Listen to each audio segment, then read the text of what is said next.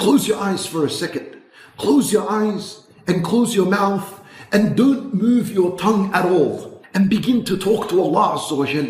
Speak to Him from your mind, from your soul, from your heart. Tell Him about your worries. Tell Him about how tired you are. Tell Him how much you are in need of Him subhanahu wa ta'ala. Acknowledge this fact before Him subhanahu wa ta'ala. Tell Him that you're lost without Him subhanahu wa ta'ala. Tell Allah Azza wa Jal with your mind now that I don't know how to get to my goals. I don't even know what I want in this life. I'm mentally drained.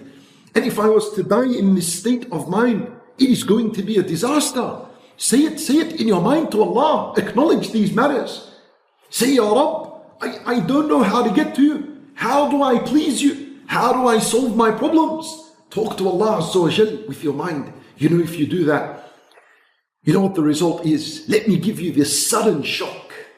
You know, the sudden shock is going to be that Allah Azza wa Jal is pleased with such a person. That Allah Azza wa Jal hears you, even though you didn't move your tongue, and you did not open your eyes, and you didn't move your mouth. You only spoke in your mind, and in your soul, and with your heart. Wallahi, no doubt about it. Allah Azza wa Jal heard you, and He'll answer you bi-idhnillahi ta'ala. Allahu Akbar. And you'll realize how easy it was to talk to Allah subhanahu wa ta'ala without even moving your tongue. You'll realize how easy it was. That's how it is. That's how we speak to Allah. Because Allah is Al-Qareeb. And once you're at that level, you will sense the closeness of Allah subhanahu wa ta'ala. When Nabi sallallahu alayhi wa sallam, you know, that Allah Azza wa Jal answered his dua when he didn't even move his tongue. He didn't even open his mouth. Where was that? And it's recorded in the Quran. Allah records it in the Quran. In a moment in the life of Rasulullah sallallahu alayhi wa sallam, in where he was so desperate for something, he did not even open his mouth and move his tongue. Allah Azza wa Jal, He says in Surah Al-Baqarah, قَدْ نَرَى تَقَلُّبَ وَجْهِكَ فِي السَّمَاءِ فَلَنُوَلِّيَنَّكَ قِبْلَةً تَرْضَاهَا. Allahu Akbar. Allah Azza wa Jal, He says, Ya Rasulullah, indeed, we noticed that your eyes looked up to the sky, so we are going to give you what you want. And Nabi sallallahu alayhi wa sallam, he wanted the Qibla to be in the direction of the Kaaba. At that moment in his life, the Qibla was towards Baytul Maqdis, the holy house in Jerusalem. And he wanted the Qibla to be towards Al-Kaaba.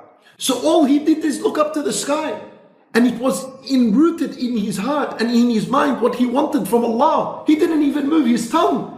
Allah Azza wa Jal, He said in the ayah, indeed, we saw that movement of your eyes, the glance you had towards the sky. فَلَنُوَلِّيَنَّكَ قِبْلَةً تَرْضَاهَا. And we're going to give you the Qibla that you're pleased with. And that's how the Qibla became the direction of the Kaaba. Just through a glance of the eye to the sky. Allahu Akbar. لأن النبي صلى الله عليه وسلم recognizes the closeness of Allah subhanahu wa ta'ala. Because Allah don't need you. Allah don't need your salah, bro. Allahu Akbar, bro. Allah is the greatest. He don't need none of that. He doesn't need your ibadah. We need Him. We need His love. We need His mercy. We need His barakah. We need His rahmah. Because rahmah is mercy. And we're all going to enter Jannah, insha'Allah, through His mercy. Allah owes you nothing. Allah owes you nothing. Allah subhanahu wa ta'ala doesn't need you.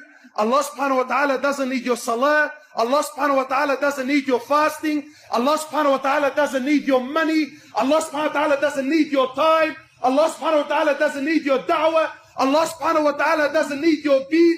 Allah Azza wa Jal is free from all, from anything. Allah Azza wa Jal needs nothing and no one. We need Him subhanahu wa ta'ala.